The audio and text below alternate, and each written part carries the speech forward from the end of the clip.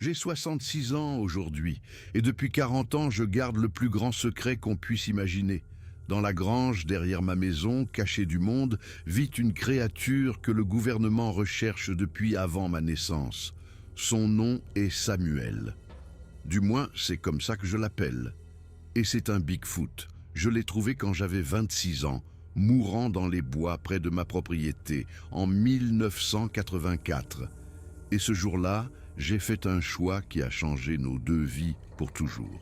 Voici l'histoire de comment un homme ordinaire est devenu le gardien de quelque chose d'extraordinaire, et pourquoi j'ai finalement décidé qu'il était temps de dire la vérité. Août 1984. L'été avait été chaud et sec dans les montagnes des Cascades, en Oregon, où je vivais depuis mes 18 ans. J'avais hérité de la propriété de mon oncle, 16 hectares de forêt avec une petite maison et une grange assez isolée pour que mon plus proche voisin soit à 5 kilomètres. C'était parfait pour quelqu'un comme moi qui préférait la solitude et la simplicité. Je m'appelle Henry Walsh et à l'époque, j'étais juste un type tranquille qui essayait de gagner sa vie comme charpentier. Je prenais des chantiers dans la ville voisine de Sisters pour construire des terrasses et des placards ou réparer des toits. C'était un travail honnête qui me permettait de vivre. Je vivais seul, ne me suis jamais marié, content de mes livres, de mon atelier et de la paix de la forêt. Le 14 août 1984, je travaillais dans mon atelier quand j'ai entendu quelque chose qui m'a fait m'arrêter net. C'était un son comme je n'en avais jamais entendu, une vocalisation basse et plaintive qui résonnait à travers les arbres. Pas tout à fait humaine, pas tout à fait animale, quelque chose entre les deux. J'ai attrapé mon fusil. Vivre au pays des ours signifiait qu'on s'aventurait toujours armé dans les bois, et je me suis dirigé vers le bruit. Je l'ai suivi sur peut-être 400 mètres, plus profondément dans la forêt de ma propriété, jusqu'à ce que je trouve sa source. Au début, j'ai cru que c'était un ours pris dans un piège, mais en m'approchant, en me frayant un chemin à travers les broussailles, j'ai réalisé que c'était tout autre chose. La créature était allongée sur le flanc, près d'un arbre tombé, et elle était massive. Elle mesurait au moins 2,30 m, couverte de poils bruns foncés, emmêlés par le sang. Les bras étaient trop longs, les épaules trop larges, et le visage, mon Dieu, le visage ne ressemblait à rien de ce que j'avais jamais vu. Presque humain, mais pas tout à fait. Une arcade sourcilière proéminente, un nez large, des yeux pleins de douleur et de ce qui semblait être de l'intelligence. Un Bigfoot. Un vrai Bigfoot, vivant, blessé et mourant sur ma propriété. Mon premier réflexe a été de fuir. Toutes les histoires de feux de camp, tous les avertissements sur les créatures des bois me sont revenus en mémoire. Mais ensuite, il m'a regardé et j'ai vu quelque chose dans ses yeux qui m'a cloué sur place. Pas une conscience animale, mais de la compréhension, de la reconnaissance, de la peur. Il avait peur de moi. J'ai baissé lentement mon fusil. Doucement, ai-je dit, sans savoir s'il pouvait me comprendre, je ne vais pas te faire de mal. Je me suis approché en gardant mes mouvements lents et non menaçants. C'est là que j'ai vu la blessure.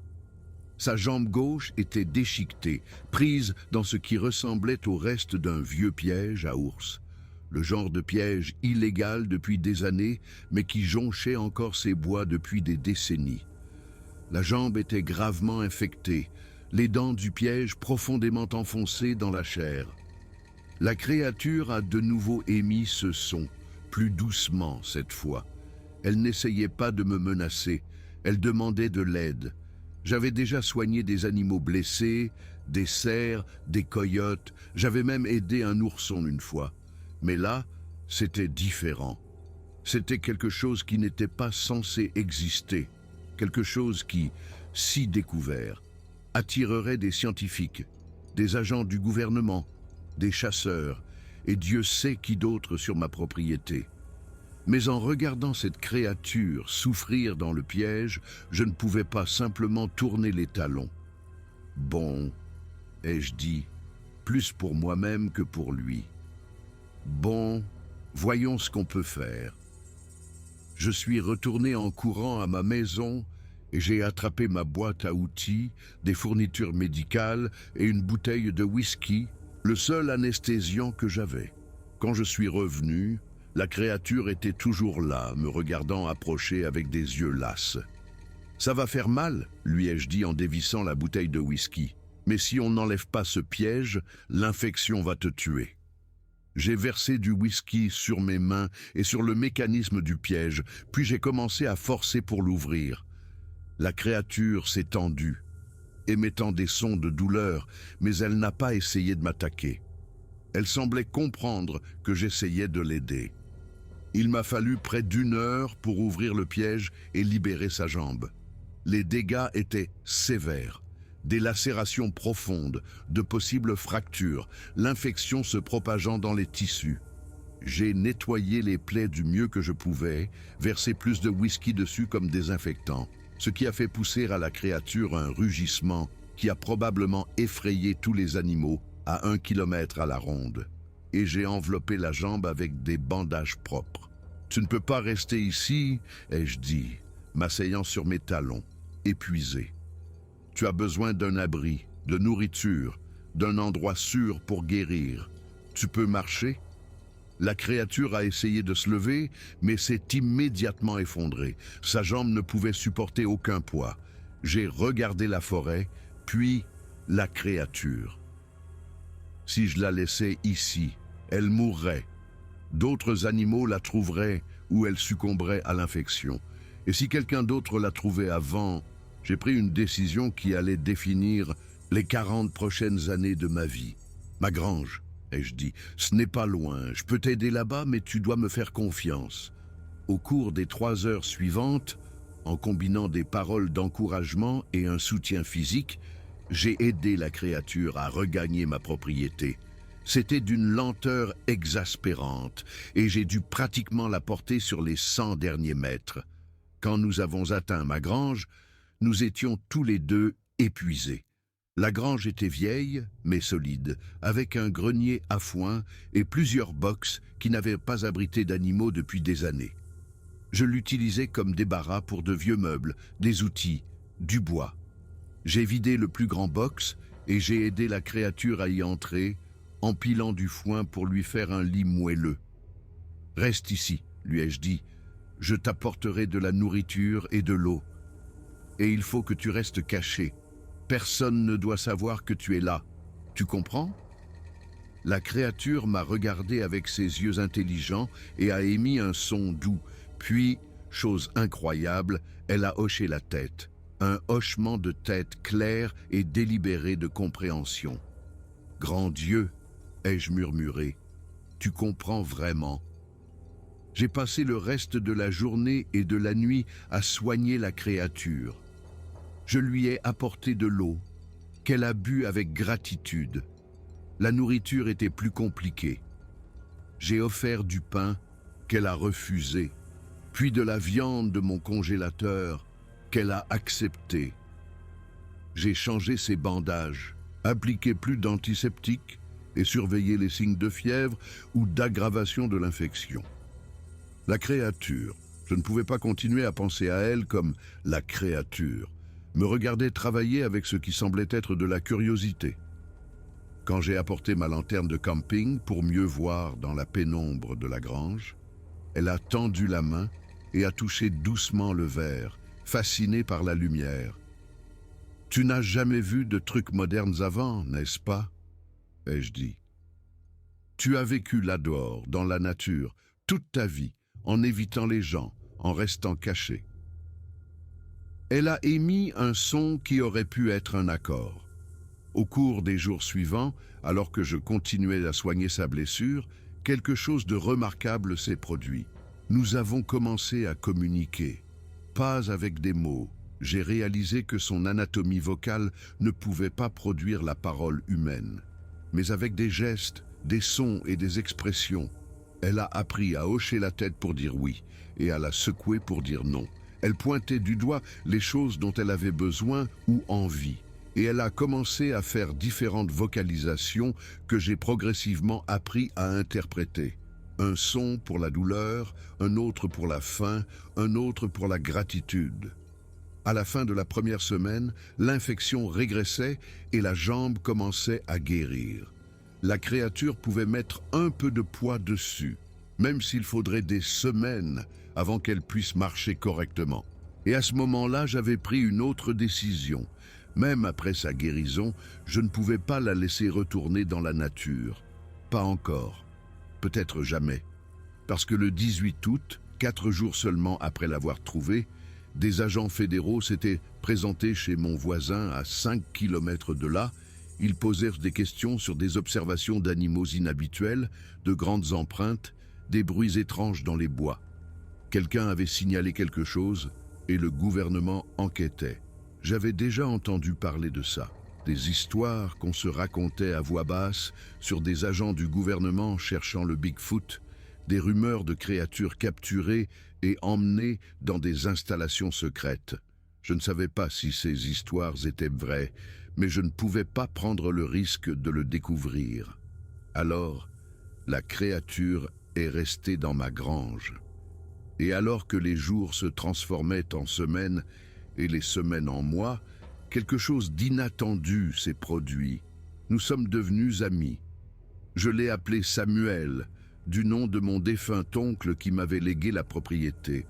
Samuel a semblé accepter le nom, réagissant quand je le prononçais, c'était un mâle. Je l'avais confirmé en soignant ses blessures, probablement dans la vingtaine, d'après ma meilleure estimation. Samuel était incroyablement intelligent. En un mois, il avait appris des dizaines de gestes que nous pouvions utiliser pour communiquer. Il comprenait qu'il devait rester caché et ne faisait jamais de bruit fort. Pendant la journée, quand quelqu'un aurait pu l'entendre, il a appris ma routine quotidienne et attendait patiemment que j'apporte de la nourriture et de l'eau. Mais il était aussi seul. Je le voyais dans ses yeux, l'entendais dans les sons doux qu'il faisait la nuit quand il pensait que je ne pouvais pas l'entendre. Son espèce lui manquait, la forêt lui manquait, sa liberté lui manquait. « Je suis désolé », lui ai-je dit un soir, alors que l'été laissait place à l'automne. « Je sais que ce n'est pas juste, mais s'ils te trouvent, ils t'emmèneront, t'enfermeront, t'étudieront, peut-être pire. Au moins ici, tu es en sécurité. » Samuel m'a regardé avec ses yeux tristes et intelligents. Puis il a posé une de ses mains massives sur mon épaule, doucement, prudemment, conscient de sa propre force, un geste qui disait « Je comprends, merci de me protéger ». C'était en septembre 1984. Ronald Reagan était président, MTV diffusait des clips vidéo en continu et le monde n'avait aucune idée que dans une petite grange de l'Oregon, un homme et un Bigfoot nouaient une amitié improbable qui durerait des décennies. En octobre, la jambe de Samuel avait suffisamment guéri pour qu'il puisse de nouveau marcher, bien qu'avec une légère boiterie qui ne disparaîtrait jamais complètement, il aurait pu partir. La porte de la grange n'était jamais verrouillée, mais il est resté. Peut-être parce qu'il se sentait en sécurité, peut-être parce qu'il avait été seul lui aussi et avait trouvé de la compagnie, ou peut-être parce qu'il comprenait ce que je lui offrais, une protection contre un monde qui n'accepterait jamais ce qu'il était. Quelle que soit la raison, Samuel est resté. Et j'ai gardé son secret, jour après jour, mois après mois, année après année. Vivre avec Samuel a nécessité de réorganiser complètement ma vie.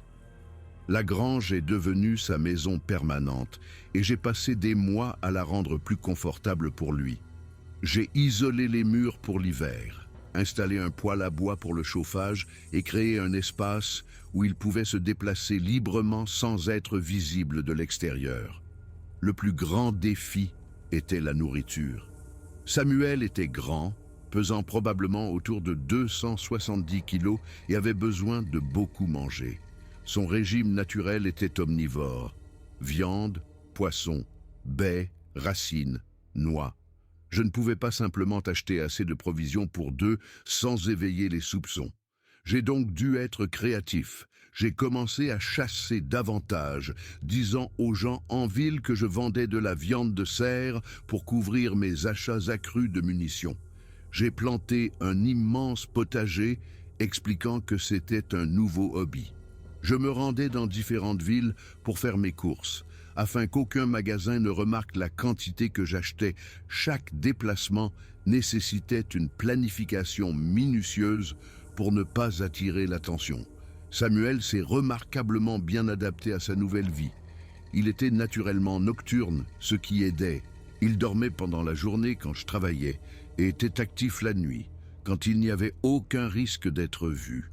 Je passais mes soirées dans la grange avec lui et nous avons développé des routines qui semblaient presque domestiques. Il était fasciné par les choses humaines. Je lui ai apporté des livres, et bien qu'il ne puisse pas lire, il étudiait les images pendant des heures. J'avais une vieille radio dans la grange, et il adorait écouter de la musique, surtout la musique classique, qui semblait le calmer. Quand MTV a commencé à diffuser des clips vidéo, j'ai apporté une petite télé avec un magnétoscope, et Samuel regardait pendant des heures, totalement captivé par les images en mouvement. Tu es probablement le seul Bigfoot au monde à avoir vu le clip de Thriller de Michael Jackson, lui ai-je dit un soir en 1985 en le regardant fixer la télé avec émerveillement. Il a émis un son que j'avais appris à reconnaître comme de l'amusement. S'il avait pu rire, il l'aurait fait. Mais il y a eu des moments critiques, surtout les premières années. En mars 1985, une violente tempête a endommagé le toit de ma grange. J'ai dû engager un entrepreneur pour le réparer, ce qui a obligé Samuel à se cacher dans le grenier à foin sous des couvertures et des bâches pendant 3 jours, pendant que les ouvriers étaient sur la propriété. Je suis resté avec lui tout le temps, terrifié que l'un d'eux l'entende respirer ou bouger encore un peu. Lui chuchotai-je alors que les marteaux frappaient au-dessus de nos têtes. « Reste silencieux, ne bouge pas !» Samuel est resté parfaitement immobile pendant des heures. Son self-control était extraordinaire. Quand les ouvriers sont finalement partis et que j'ai enlevé les couvertures, il était raide et mal à l'aise, mais n'avait fait aucun son qui aurait pu trahir sa présence. En juillet 1986, un incendie de forêt s'est approché à moins de 3 kilomètres de ma propriété. Des ordres d'évacuation ont été émis et la police a fait du porte-à-porte pour s'assurer que tout le monde partait. Je leur ai dit que j'avais évacué, puis je suis revenu en douce pour rester avec Samuel. « Je ne te laisserai pas », ai-je dit alors que la fumée emplissait l'air et que les cendres tombaient comme de la neige. « Si cet endroit brûle, nous brûlons ensemble. » Samuel m'a regardé avec ce que je ne peux décrire que comme de la gratitude mêlée d'inquiétude. Il a placé sa main sur sa poitrine, puis m'a montré du doigt, puis la forêt. Il me disait de me sauver, que je n'avais pas à rester. « Si, je dois », ai-je répondu. « Tu es ma responsabilité maintenant, mon ami. Les amis ne s'abandonnent pas. » Le feu a changé de direction cette nuit-là, épargnant ma propriété de moins d'1,5 kilomètre. Quand l'ordre d'évacuation a été levé et que je suis rentré, j'ai dit à tout le monde que j'étais resté chez des amis à Bend. Personne n'a posé de questions. Les années ont passé et Samuel et moi avons trouvé notre rythme. J'ai appris plus de choses sur lui que n'importe quel humain n'en avait probablement jamais apprises sur son espèce. Il était incroyablement fort. Je l'ai vu une fois soulever une poutre de 135 kilos d'une seule main. Il était agile malgré sa taille, capable de grimper au sommet de la grange en quelques secondes en utilisant les poutres de soutien. Ses sens étaient bien supérieurs aux miens. Il pouvait entendre mon camion arriver à plus d'1 kilomètre. Il pouvait sentir quand quelqu'un approchait de la propriété bien avant que je puisse le voir. Sa vision nocturne était parfaite. Il pouvait se déplacer dans la grange dans l'obscurité la plus totale, sans aucune difficulté. Mais le plus impressionnant, c'était sa complexité émotionnelle. Il éprouvait de la joie, de la tristesse, de la solitude, de la peur et de l'affection. Il avait le sens de l'humour. Il cachait parfois mes outils pour plaisanter et puis faisait ce son amusé quand je ne les trouvais pas. Il pouvait être joueur, doux, attentionné. En 1987, j'ai apporté une modification majeure à la propriété. J'ai dit aux gens en ville que je construisais un grand hangar de stockage, mais en réalité, je créais un système de tunnels reliant la grange à une section de forêt clôturée où Samuel pourrait sortir en toute sécurité la nuit. 20 mètres de tunnels souterrains renforcés de bois et de béton, débouchant sur un enclos d'un quart d'hectare entouré d'une clôture de près de 4 mètres de haut, camouflée pour ressembler à la forêt naturelle. Cela m'a pris 6 mois de travail tous les soirs, mais quand ce fut terminé, Samuel avait accès à l'air libre et à de vrais arbres pour la première fois en 3 ans. La première nuit où il est sorti, il est resté sous les étoiles pendant 1 heure, à simplement regarder le ciel. Je le regardais depuis l'entrée du tunnel et j'ai vu des larmes dans ses yeux. Je sais que ce n'est pas la même chose que la vraie liberté, ai-je dit doucement, mais c'est déjà ça. Il a émis un son doux et a placé sa main sur sa poitrine, sur son cœur. Merci. En 1989, nous avions développé un système de communication encore plus sophistiqué. J'avais fabriqué des fiches cartonnées avec des images et des mots simples, lui apprenant à associer les images à des significations. Il a appris à pointer les cartes pour communiquer des idées plus complexes. Il a appris les chiffres, pouvait comprendre l'heure. Je lui montrais des cadrans d'horloge pour lui expliquer quand je serais de retour. Et a même saisi des concepts de base comme les jours de la semaine. « Tu es plus intelligent que la plupart des gens que je connais », lui ai-je dit un soir, alors qu'il identifiait correctement une séquence de cartes. « Si le monde savait ce que tu es vraiment, ce dont tu es capable. » Mais c'était exactement pour ça que le monde ne pouvait pas le savoir. Les alertes ont continué au fil des années. En 1991, un randonneur s'est perdu et a erré sur ma propriété. Je l'ai trouvé près de la grange, épuisé et déshydraté. Je lui ai donné de l'eau et des indications pour retrouver le sentier principal. Tout cela pendant que Samuel restait absolument silencieux à l'intérieur, à seulement 6 mètres de l'étranger. En 1993, les prix de l'immobilier dans la région ont commencé à augmenter et des promoteurs ont commencé à acheter des terrains. Une agente immobilière m'a rendu visite pour me demander si je serais intéressé par la vente. Elle a fait le tour de la propriété, s'approchant bien trop près de la grange à mon goût. « C'est une belle grange », a-t-elle dit. « De bonnes fondations. Un acheteur pourrait la transformer en maison d'amis ou en atelier. » « Pas à vendre, ai-je dit fermement. Cette propriété reste dans la famille. Tout est à vendre au bon prix, monsieur Walsh. Pas ça, jamais. Elle est partie, déçue, mais est revenue 2 fois au cours des mois suivants avec des offres de plus en plus généreuses. J'ai refusé à chaque fois. Samuel était plus important que n'importe quelle somme d'argent. Alors que les années 1990 avançaient, j'ai commencé à m'inquiéter pour l'avenir. J'approchais de la quarantaine, en bonne santé et fort, mais je ne le serais pas éternellement. Qu'arriverait-il à Samuel quand je serais vieux, quand je mourrais? Il vivait dans cette grange depuis près d'1 décennie à ce moment-là. Il avait perdu ses compétences de survie dans la nature. Il dépendait entièrement de moi. J'ai commencé à mettre de l'argent de côté, à faire des plans. J'ai acheté les propriétés environnantes dès qu'elles étaient en vente. 16 hectares de plus en 1994, 24 de plus en 1996. En 1998, je possédais 56 hectares de forêt, créant une plus grande zone tampon entre Samuel et le monde extérieur. J'ai aussi tout documenté dans des journaux. Comment prendre soin de Samuel, ses besoins alimentaires, ses problèmes de santé. Il a développé de l'arthrite dans la jambe qui avait été piégée, ses préférences, ses routines. Si quelque chose m'arrivait, quiconque trouverait ces journaux saurait au moins comment s'occuper de lui. Samuel semblait sentir mes inquiétudes.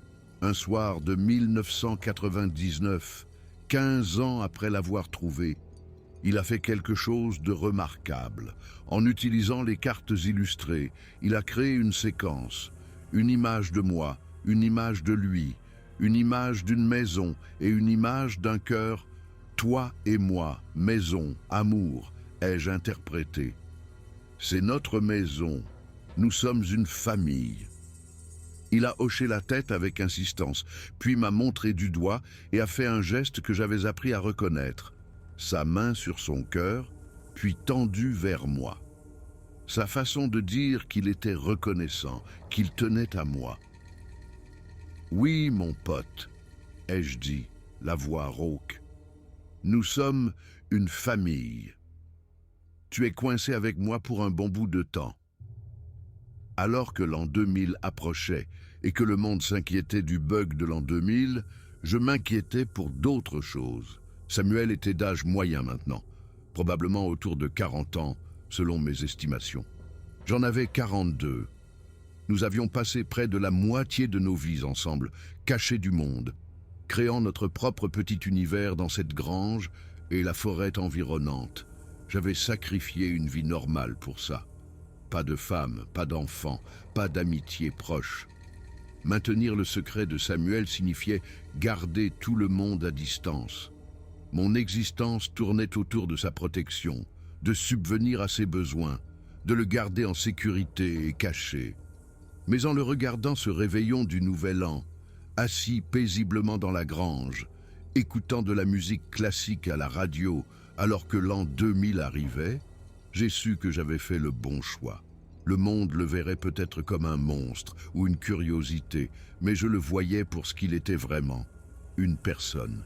Différente de moi, certes, mais une personne pensante et sensible qui méritait la dignité, la sécurité et la gentillesse. Et je continuerai à le protéger, quoi qu'il m'en coûte, aussi longtemps que je vivrai. Les années 2000 ont apporté de nouveaux défis que je n'avais pas anticipés. La technologie progressait rapidement et avec elle de nouvelles menaces pour le secret de Samuel. L'imagerie satellite est devenue plus détaillée et accessible. Google Earth a été lancé en 2005 et soudain, n'importe qui avec Internet pouvait voir des photos aériennes des propriétés, y compris la mienne. Je suis devenu paranoïaque à l'idée de ce qui pourrait être visible d'en haut. J'ai construit des structures de toit supplémentaires au-dessus de l'enclos extérieur pour qu'ils ressemblent à une canopée naturelle. J'ai planté des arbres à croissance rapide de manière stratégique pour bloquer les lignes de vue. J'ai même fait des recherches sur la technologie d'imagerie thermique, craignant que quelqu'un puisse détecter la signature thermique de Samuel. Le monde devient plus petit, ai-je dit à Samuel un soir en 2006. Plus difficile de garder des secrets. Tout le monde a des appareils photo maintenant, Internet, des GPS. Nous devons être plus prudents que jamais. Samuel, qui avait maintenant la soixantaine selon mon estimation, hocha lentement la tête. Il comprenait ses poils avaient commencé à grisonner autour du visage et des épaules, et ses mouvements étaient plus raides qu'il y a 20 ans. L'arthrite dans sa jambe le faisait souffrir davantage, surtout par temps froid. J'avais 48 ans à l'époque, et je commençais aussi à sentir mon âge. Des années de travail de charpenterie avaient eu raison de mon dos et de mes genoux. Je m'inquiétais de ce qui se passerait quand je ne pourrais plus m'occuper physiquement de Samuel. Quand monter aux échelles pour réparer la grange deviendrait trop risqué, quand porter de lourdes charges de nourriture deviendrait impossible. En 2007, j'ai pris une décision qui m'effrayait, mais qui me semblait nécessaire. J'avais besoin d'aide, mais pas d'étrangers. J'ai contacté mon neveu, David Walsh, qui avait 23 ans et travaillait comme garde forestier dans l'État de Washington. David avait toujours été un bon gamin, responsable, digne de confiance, quelqu'un qui respectait la nature et l'intimité. Plus important encore, il était de la famille. Si quelqu'un pouvait garder ce secret, ce serait lui. Je l'ai invité à me rendre visite pendant une semaine en août 2007. Le 3e jour de sa visite, après avoir passé du temps à renouer des liens et avoir évalué son caractère une fois de plus, j'ai décidé de prendre le risque. « David, je dois te montrer quelque chose », ai-je dit. « Ce que tu vas voir, tu ne devras jamais en parler à personne, ni à tes parents, ni à ta copine, ni à tes collègues gardes forestiers. Si tu ne peux pas le promettre, absolument, on s'arrête là. » David avait l'air inquiet mais intrigué. « Oncle Henry, tu as des ennuis, c'est illégal ?» « Ce n'est pas illégal, exactement, mais si quelqu'un le découvrait, on m'enlèverait quelque chose de très important. Quelqu'un de très important. Quelqu'un. » Je l'ai conduit à la grange. Samuel était dans l'enclos extérieur, auquel je pouvais accéder par le tunnel. J'avais dit à Samuel ce matin-là que quelqu'un de nouveau venait, quelqu'un en qui j'avais confiance, et qu'il devait être calme et ne pas avoir peur. Quand David a vu Samuel debout sous les arbres, il est littéralement tombé à la renverse, reculant, en état de choc. Et bordel, c'est un Bigfoot. Il s'appelle Samuel, ai-je dit calmement. Et il vit ici depuis 1984. 23 ans, David.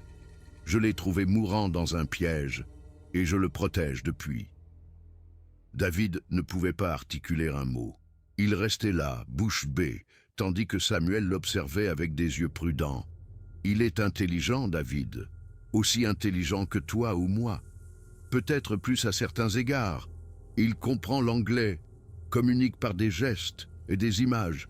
Il est doux, gentil, et c'est mon meilleur ami. Il est aussi terrifié en ce moment parce qu'il y a un étranger ici. Alors j'ai besoin que tu te calmes. Il a fallu 1 heure à David pour digérer ce qu'il voyait. Il a posé une centaine de questions, auxquelles j'ai répondu patiemment. Finalement, il m'a regardé avec une sorte d'admiration. « Oncle Henry, tu te rends compte de ce que ça signifie ? C'est la plus grande découverte zoologique de l'histoire. Les scientifiques l'enfermeraient, l'étudieraient comme un animal de laboratoire, le rendraient célèbre, lui enlèveraient toute la dignité et la liberté qui lui restent. » Ai-je interrompu. Je sais ce que les scientifiques feraient, David. C'est pourquoi personne ne doit jamais le savoir. Mais il n'y a pas de mais. Samuel est une personne, pas un spécimen. Il a des droits, même si la loi ne les reconnaît pas. Il a des sentiments, des préférences, des peurs.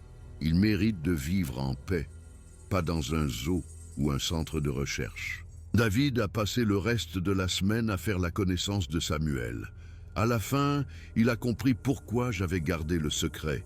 Il a promis d'aider, d'être là s'il m'arrivait quelque chose, de prendre en charge les soins de Samuel si nécessaire. « Merci », lui ai-je dit en le voyant partir. « Tu viens de te rendre responsable du plus grand secret du monde. » Je ne te décevrai pas, oncle Henry ni Samuel.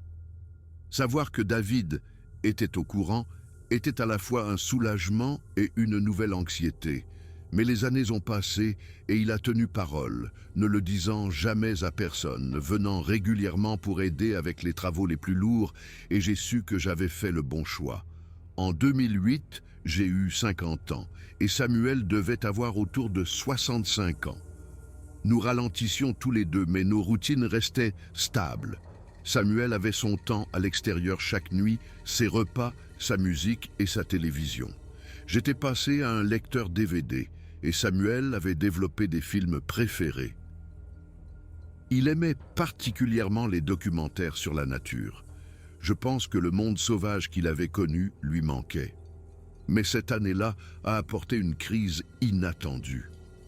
En octobre 2008, lors d'une visite de routine, David a remarqué que Samuel se déplaçait étrangement.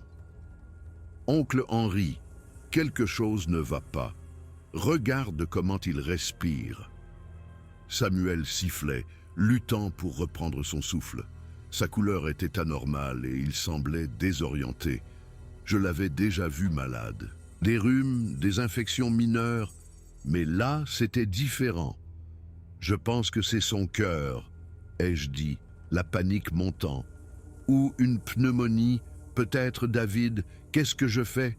Je ne peux pas l'emmener chez un vétérinaire, je ne peux pas l'emmener chez un médecin. Tu as un stéthoscope, une formation au premier secours?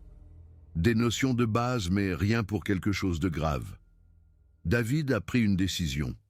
Je connais quelqu'un, une amie vétérinaire qui travaille avec de grands animaux. Elle est discrète, ne pose pas de questions. Laisse-moi l'appeler. David, non. Oncle Henry, si on ne fait rien, Samuel pourrait mourir. Fais-moi confiance sur ce coup. Le docteur Lisa Chen est arrivé le lendemain matin, croyant venir soigner un grand animal exotique que l'oncle d'un ami garde forestier détenait illégalement David, avait été délibérément vague. Quand elle a vu Samuel, elle est restée silencieuse pendant 1 minute entière. « Ce n'est pas possible », a-t-elle finalement murmuré. « C'est possible, c'est réel, et il est en train de mourir », ai-je dit. « Pouvez-vous l'aider » Lisa, à son crédit, s'est rapidement ressaisie. Elle a examiné Samuel, qui était trop malade pour avoir peur d'une autre étrangère. Son diagnostic, une pneumonie. Sévère, mais traitable si nous agissions vite. Il a besoin d'antibiotiques, d'une assistance respiratoire et d'une surveillance. Je peux le faire. Mais elle nous a regardés, David et moi. C'est réel. Vous cachez un Bigfoot vivant depuis 24 ans. Oui, ai-je dit. Et si vous le dites à quelqu'un, ils me l'enlèveront, s'il vous plaît. Lisa a réfléchi un long moment. Puis elle a hoché la tête. Je vais aider. Mais vous deux, vous me devez tous les détails sur la façon dont c'est arrivé. Elle a soigné Samuel pendant 2 semaines, venant tous les jours, apportant des médicaments et du matériel. La fièvre de Samuel est tombée le 5e jour, et au 10e jour, il respirait de nouveau normalement. Lisa a refusé d'être payée, disant que l'expérience était une compensation suffisante. Il est remarquable, m'a-t-elle dit, physiologiquement similaire au grand singe, mais avec des adaptations uniques. Sa capacité pulmonaire est extraordinaire. C'est probablement pour ça qu'il a survécu à une pneumonie qui aurait tué un humain. Et Henry, il vous fait entièrement confiance. Le lien que vous avez tous les deux est quelque chose que je n'ai jamais vu entre un humain et un animal. Ce n'est pas un animal, ai-je corrigé doucement, c'est une personne. Différente, mais une personne. Lisa a hoché lentement la tête. Oui, je peux le voir maintenant. Elle est devenue partie intégrante de notre petit cercle de confiance, 3 personnes dans le monde qui connaissaient l'existence de Samuel, et toutes les 3 déterminées à le protéger. Les années 2010 ont apporté d'autres changements. J'ai eu 60 ans en 2018, officiellement un senior, bien que je me sentais plus vieux. Mon dos était en mauvais état, mes genoux pires encore, et j'avais eu une légère crise cardiaque en 2015 qui m'avait fait très peur. Samuel avait maintenant la 70, se déplaçant lentement, dormant plus, mangeant moins. Nous vieillissions tous les deux et j'étais de plus en plus conscient que notre temps ensemble était limité. David venait plus fréquemment, mettant sa femme Émilie dans le secret en 2016, quand ils se sont mariés. Émilie, une biologiste, était bouleversée, mais s'est adaptée rapidement. Elle a aidé Lisa à surveiller la santé de Samuel, documentant tout scientifiquement. « Oncle Henry, vous avez tenu des registres détaillés pendant plus de 30 ans, a dit Émilie en lisant mes journaux. Ce sont des données inestimables sur une espèce inconnue. Même si Samuel est le dernier de son espèce, cette information pourrait... Pas de publication, ai-je dit fermement. Pas tant qu'il est en vie, pas tant que ça pourrait mener des gens ici. Après que nous soyons tous les deux partis, Vous pourrez décider quoi en faire, mais pas avant. Je comprends, a-t-elle dit. Mais Henri, et s'il n'est pas le dernier? Et s'il y en a d'autres là-dehors qui pourraient bénéficier de ce que vous avez appris sur ses soins, ses besoins? C'était une question que je m'étais posée 1000 fois. Y avait-il d'autres êtres comme Samuel, cachés dans la nature profonde, luttant pour survivre? S'il y en avait, mes connaissances pourraient-elles les aider? Mais le risque était trop grand.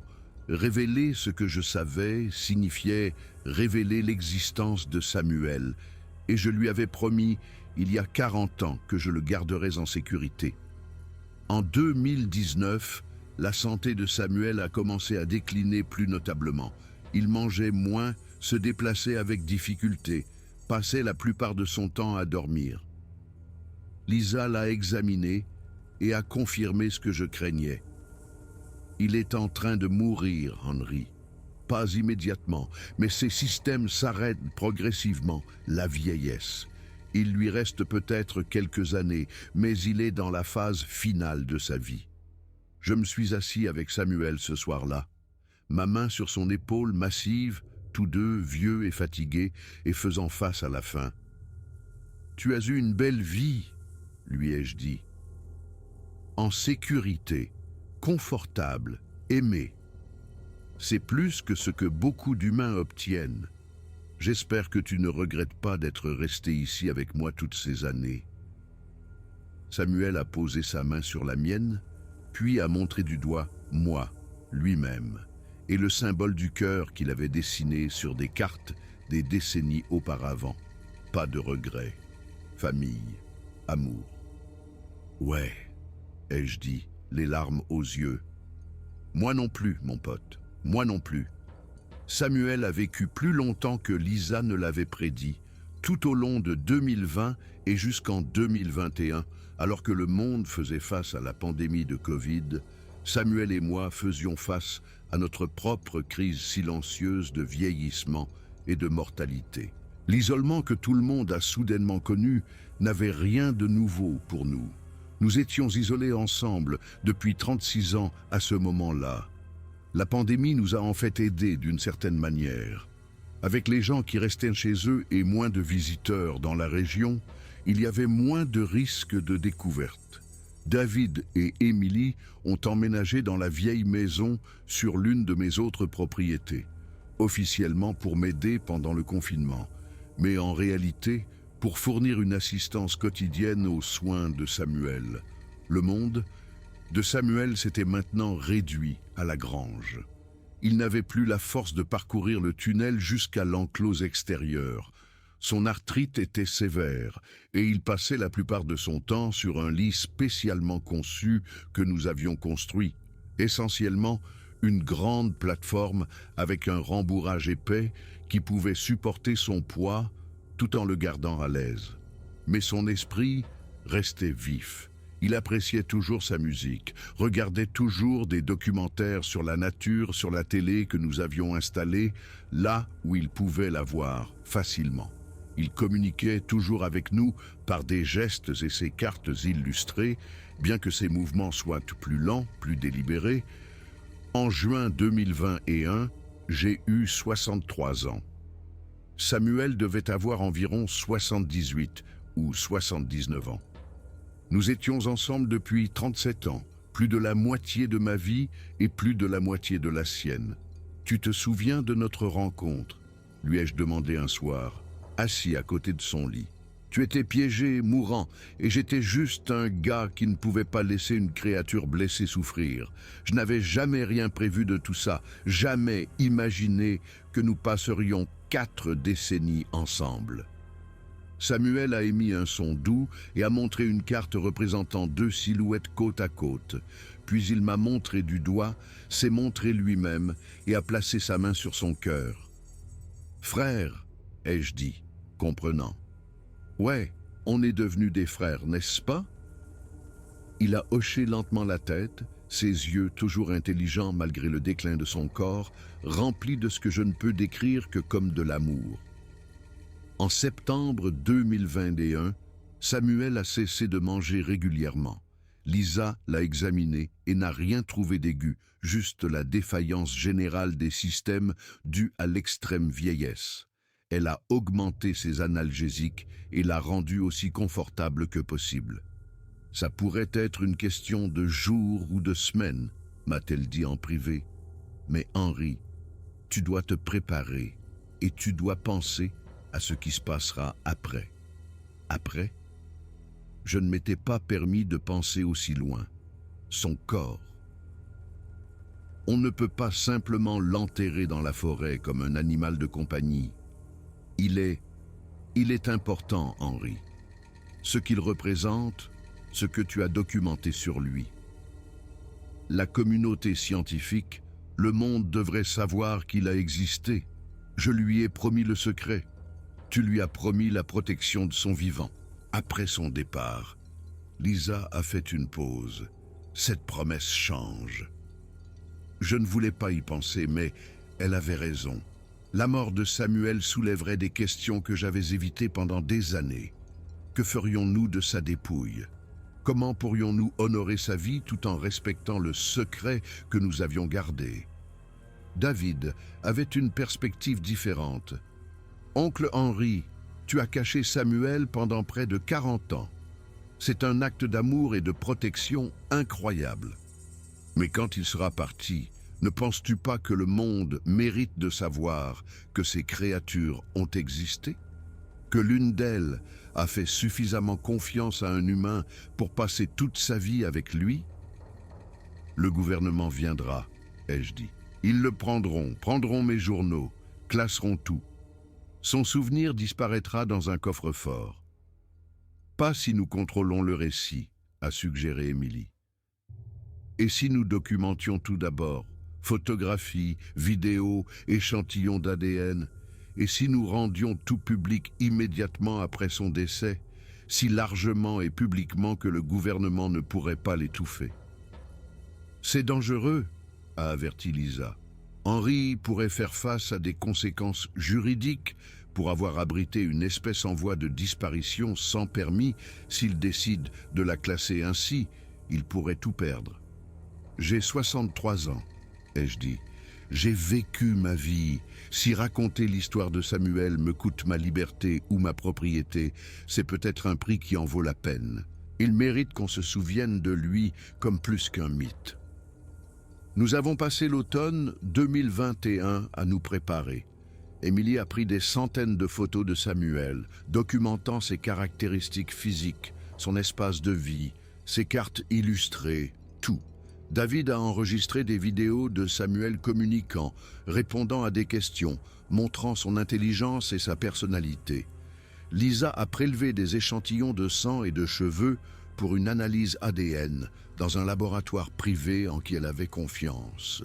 J'ai organisé mes journaux, 37 ans, de notes quotidiennes sur la vie, le comportement, l'alimentation, la santé et les émotions de Samuel. C'était la documentation la plus complète jamais compilée sur l'existence d'un Bigfoot. Samuel semblait comprendre ce que nous faisions. Il a coopéré pour les photographies et les vidéos, semblant même parfois prendre la pause, les bonjours. Il démontrait ses compétences en communication, pointant des cartes illustrées pour répondre aux questions de David. « Pourquoi penses-tu qu'il est d'accord avec ça ?» m'a demandé David. « S'il a vécu caché toutes ces années, pourquoi nous permettre de tout documenter maintenant ?»« Parce qu'il sait qu'il est en train de mourir, ai-je dit. Et peut-être qu'à un certain niveau, il veut qu'on se souvienne de lui, veut que son espèce soit connue, même s'il est le seul que nous ayons jamais confirmé. » Le 3 décembre 2021, l'état de Samuel s'est rapidement détérioré. Nous nous sommes tous réunis dans la grange. Moi, David, Émilie et Lisa. Samuel luttait pour respirer, souffrant clairement malgré les médicaments. « Est-ce qu'il souffre ?» ai-je demandé à Lisa. « Oui, ses poumons lâchent.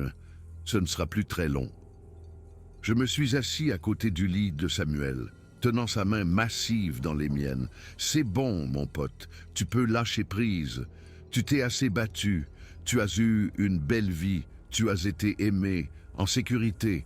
C'est tout ce que n'importe qui peut demander. Les yeux de Samuel se sont fixés sur moi. Il a serré faiblement ma main, puis a fait quelque chose qu'il n'avait jamais fait auparavant.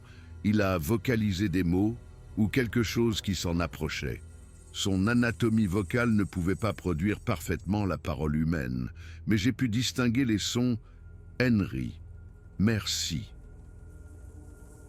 37 ans de communication par gestes et images. Et dans ces derniers instants, il a trouvé un moyen de dire mon nom de rien, ai-je murmuré, les larmes coulant sur mon visage. Merci de m'avoir fait confiance. Merci d'avoir été mon ami. Merci pour 40 ans de compagnie, je t'aime, Samuel. Il a émis un dernier son doux, a serré ma main une fois de plus, puis sa respiration s'est arrêtée. La grange est devenue silencieuse, à l'exception de mes sanglots et des pleurs discrets d'Émilie. Samuel était parti. Nous sommes restés avec lui pendant des heures, aucun de nous n'étant prêt à partir. Finalement, à l'aube du 4 décembre 2021, nous avons entamé le processus que nous avions prévu. Lisa a effectué un examen complet et prélevé des échantillons de tissu pour conservation Émilie, et David ont pris les dernières photos et mesures. J'ai écrit la dernière entrée dans mon journal, 4 décembre 2021. Samuel est décédé paisiblement vers 3h47 du matin, avec sa famille présente. Il avait environ 78 à 79 ans et a vécu avec moi pendant 37 ans, 3 mois et 20 jours. Le monde a perdu quelque chose d'irremplaçable. Nous avons conservé son corps dans une unité de stockage réfrigérée que nous avions préparée, le maintenant à une température constante pendant que nous préparions nos prochains mouvements.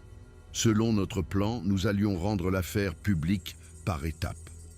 Premièrement, David et Émilie ont publié leur documentation en ligne, photographies, vidéos et analyses scientifiques via plusieurs canaux simultanément pour empêcher toute suppression. Ils ont envoyé des dossiers aux principaux organes de presse, revues scientifiques et organisations de cryptozoologie. Deuxièmement, Lisa a soumis son analyse ADN à une revue de génétique à comité de lecture sous son nom, détaillant les échantillons d'un hominidé nord-américain non identifié sans encore révéler toute l'histoire. Troisièmement, je me suis préparé à donner une interview à une grande chaîne de télévision pour raconter l'histoire complète de la vie de Samuel et de mes 40 ans à le protéger. Nous avons tout lancé le 15 décembre 2021, exactement 11 jours après la mort de Samuel. La réponse a été instantanée et écrasante. En quelques heures, ma propriété était encerclée par des camionnettes de presse, des journalistes, des véhicules du gouvernement et des curieux. Mon téléphone a sonné sans arrêt jusqu'à ce que je le débranche. Internet a explosé de débats. Était-ce réel ? Un canular élaboré, la découverte du siècle, des agents fédéraux sont arrivés le 16 décembre, exigeant l'accès à la dépouille de Samuel et à toute la documentation. Je les ai laissés entrer, leur montrant tout. L'agente principale, une femme nommée Sarah Thornton, a examiné le corps de Samuel pendant un long moment avant de parler. « Monsieur Walsh, comprenez-vous les complications juridiques de ce que vous avez fait? Avoir abrité une espèce inconnue, empêché l'étude scientifique, retenu des informations aux autorités fédérales. Je comprends que j'ai protégé un être vivant et intelligent d'être capturé et soumis à des expériences. Ai-je interrompu? Je lui ai donné une vie de dignité et de sécurité. Si c'est illégal, alors inculpez-moi. » Thornton m'a regardé un long moment. « Monsieur Walsh, il y a des rumeurs sur ces créatures depuis des décennies, des rapports, des observations, une connaissance présumée du gouvernement. Ce que vous avez fait ici, c'est fournir une preuve indéniable. Ce corps, votre documentation, les preuves ADN, tout est réel et ça va tout changer. Tant mieux, ai-je dit. Ça devrait. Samuel mérite d'être connu. Son espèce mérite la reconnaissance, la protection. S'il y en a d'autres là-dehors, peut-être que maintenant nous pourrons les protéger au lieu de les cacher. Vous venez peut-être de déclencher la plus grande crise cryptozoologique et anthropologique de l'histoire, a dit Thornton. J'espère que vous êtes prêts pour les conséquences. J'ai eu 40 ans pour me préparer, ai-je répondu. Je suis prêt. Les mois qui ont suivi notre révélation ont été chaotiques. Ma propriété est devenue un campement permanent pour les médias, les scientifiques, les fonctionnaires et les manifestants débattant de ce qu'il fallait faire de la dépouille de Samuel.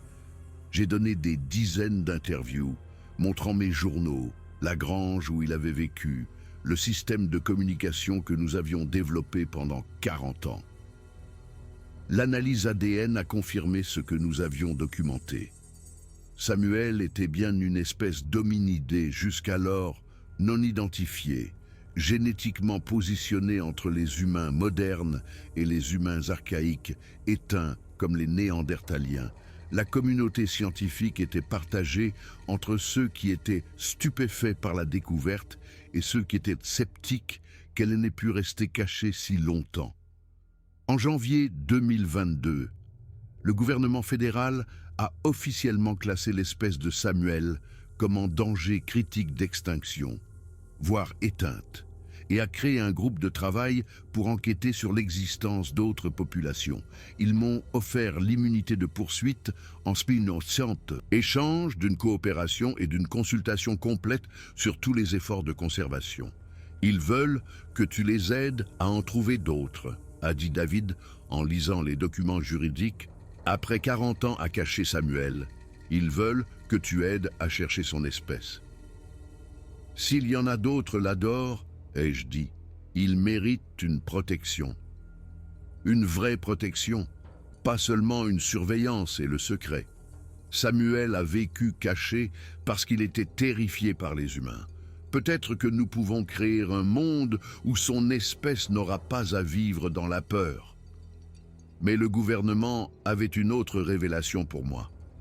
En février 2022, l'agent Thornton est revenu avec des documents classifiés.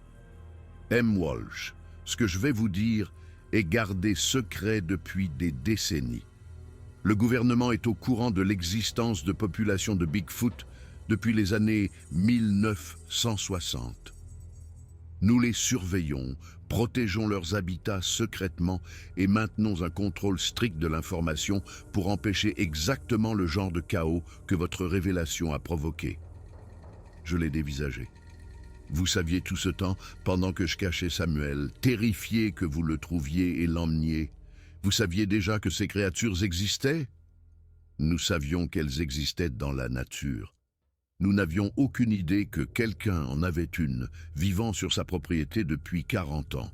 Monsieur Walsh, la raison pour laquelle nous avons supprimé l'information n'était pas de nier leur existence, mais de les protéger des chasseurs, des chercheurs de trophées et des scientifiques trop zélés. Votre révélation a mis en danger toutes les populations restantes. Alors protégez-les publiquement, ai-je dit. Rendez leur habitat légalement protégé. Appliquez des sanctions pour ceux qui leur font du mal. Arrêtez de prétendre qu'ils n'existent pas et faites quelque chose. Ce n'est pas si simple. Si ça l'est, vous avez caché la vérité pour vous faciliter la tâche, pas pour protéger ces créatures. Samuel a vécu 40 ans dans une grange parce qu'il était trop terrifié pour être libre. Ce n'est pas de la protection, c'est juste une autre sorte de prison. Le débat a fait rage tout au long de 2022 et jusqu'en 2023. Des groupes environnementaux ont fait pression pour une protection officielle, en vertu de la loi sur les espèces en voie de disparition. Les organisations de chasseurs se sont disputées pour savoir si le Bigfoot devait être un gibier légal s'il n'était qu'un animal. Les éthiciens ont débattu de la question de savoir si une espèce de type humain devrait avoir une personnalité juridique. Le corps de Samuel est resté sous la garde du gouvernement, étudié par plusieurs équipes de recherche. Ils ont tout confirmé ce que j'avais documenté. son intelligence, ses adaptations physiques, sa capacité à l'émotion et à la communication. Certains scientifiques ont proposé qu'il soit exposé au Smithsonian, un monument à une espèce inconnue. D'autres ont soutenu que sa dépouille devrait être retournée à la nature, enterrée dans la forêt d'où il avait été enlevé 40 ans plus tôt. Je me suis battu pour cette dernière option. Samuel a vécu toute sa vie d'adulte caché pour éviter d'être un spectacle. Vous n'en ferez pas un dans la mort. En août 2023, un compromis a été trouvé. La dépouille de Samuel serait incinérée et ses cendres dispersées dans les montagnes des Cascades, près de l'endroit où je l'avais trouvé. Une petite partie des échantillons de tissu serait conservée pour de futures recherches génétiques. Mes journaux et ma documentation seraient archivés au Smithsonian, disponibles pour les chercheurs, mais pas sensationnalisés pour le public. La cérémonie a eu lieu le 1er septembre 2023, exactement 39 ans et 18 jours après avoir trouvé Samuel piégé dans cette clairière. David, Émilie, Lisa et moi, ainsi qu'un petit groupe de scientifiques et de fonctionnaires qui avaient travaillé sur l'affaire, avons marché jusqu'à l'endroit. Je portais les cendres de Samuel dans une simple boîte en bois que j'avais fabriquée dans mon atelier, un dernier projet de menuiserie pour mon vieil ami. Quand nous avons atteint l'endroit, j'ai ouvert la boîte et dispersé les cendres parmi les arbres où il avait autrefois vécu libre. Samuel était plus qu'un spécimen scientifique. Ai-je dit aux témoins rassemblés, c'était une personne. Il avait des préférences, des émotions, des souvenirs. Il aimait la musique classique et les documentaires sur la nature. Il avait le sens de l'humour. Il a connu le deuil. Il a ri. Il a ressenti la peur, la joie et l'affection. Pendant 40 ans, il a été ma famille et j'ai été la sienne. Il m'a fait confiance alors qu'il n'avait aucune raison de faire confiance à un humain. Il est resté alors qu'il aurait pu partir. Il m'a donné de la compagnie et un but. Et en retour, je lui ai donné la sécurité et la dignité. C'est ce que je veux que les gens retiennent. Pas seulement que le Bigfoot est réel, mais qu'ils sont dignes de notre respect, de notre protection et de notre compassion. J'ai dispersé les dernières cendres. Repose en paix, mon ami. Tu es chez toi maintenant. Les suites de la révélation de Samuel ont continué à se dérouler tout au long de 2023 et jusqu'en 2024. Plusieurs observations crédibles ont été signalées et étudiées, bien qu'aucun autre individu n'ait été capturé ou confirmé. Des lois de protection de l'habitat ont été adoptées dans plusieurs États, créant de grandes réserves naturelles où les créatures pourraient exister sans être dérangées. En mars 2024, j'ai eu 66 ans. Samuel était parti depuis 2 ans et 3 mois. La grange où il avait vécu était toujours là, mais elle était vide maintenant. J'avais tout enlevé. Le lit que nous avions construit, la télé et le lecteur DVD, les cartes illustrées que nous avions utilisées pour communiquer. Tout cela était archivé, documenté, préservé comme preuve d'une expérience de 40 ans d'amitié interespèce. J'ai donné ma dernière grande interview en avril 2024, assis sur le porche de ma maison, regardant la forêt qui avait été la prison et le sanctuaire de Samuel. « Le regrettez-vous » a demandé la journaliste. 40 ans de votre vie consacrés à cacher et protéger Samuel. Vous ne vous êtes jamais marié, n'avez jamais eu d'enfant, n'avez jamais mené une vie normale. Regrettez-vous ce choix? J'y ai réfléchi un long moment. Je regrette qu'il ait eu besoin d'être caché. Je regrette que le monde n'ait pas été assez sûr pour qu'il puisse y vivre librement.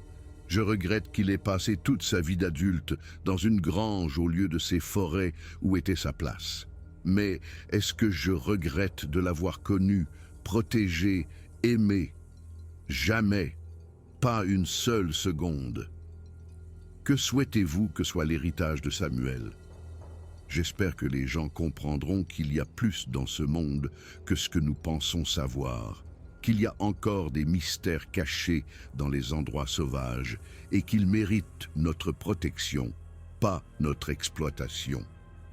Et j'espère que s'il y en a d'autres comme Samuel là-dehors, ils seront traités avec le respect et la dignité qu'ils méritaient, mais qu'il n'a trouvé qu'avec moi. Que diriez-vous à Samuel si vous pouviez lui parler une dernière fois? J'ai regardé la forêt, les montagnes au-delà, le ciel, où j'aime imaginer que Samuel est peut-être enfin libre. Je lui dirai merci. Merci de m'avoir fait confiance. Merci pour 40 ans de compagnie.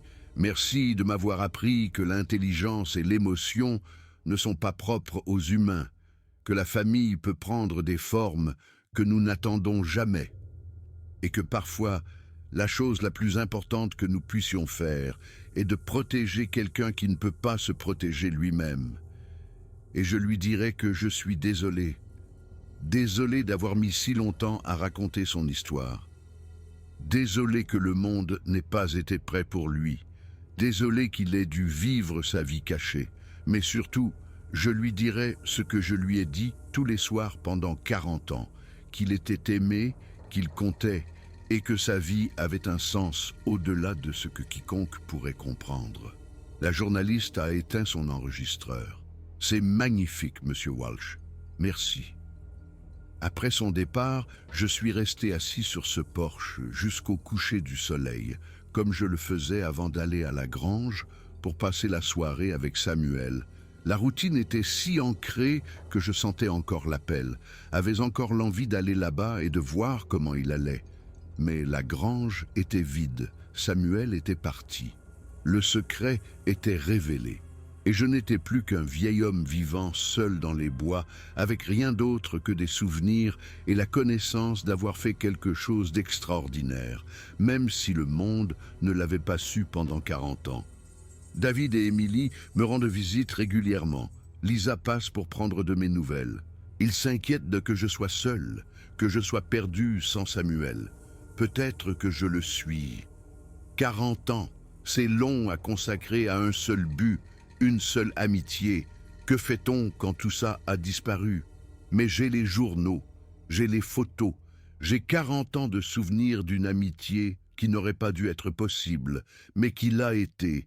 Et j'ai la satisfaction de savoir que l'histoire de Samuel est maintenant connue, que son existence a compté, qu'on se souviendra de lui non pas comme d'un mythe, mais comme d'une personne réelle, pensante et sensible qui méritait mieux que ce que le monde lui aurait donné. Dans ma chambre, je garde une seule chose, la carte illustrée préférée de Samuel. Elle montre deux bonshommes allumettes côte à côte avec un cœur entre eux, famille, amour, fraternité. C'est ce que nous étions, c'est ce que nous serons toujours, même s'il est parti, j'ai 66 ans. J'ai caché un Bigfoot vivant au gouvernement pendant 40 ans, et je le referai sans hésiter une seule seconde, parce que certaines amitiés valent tous les sacrifices.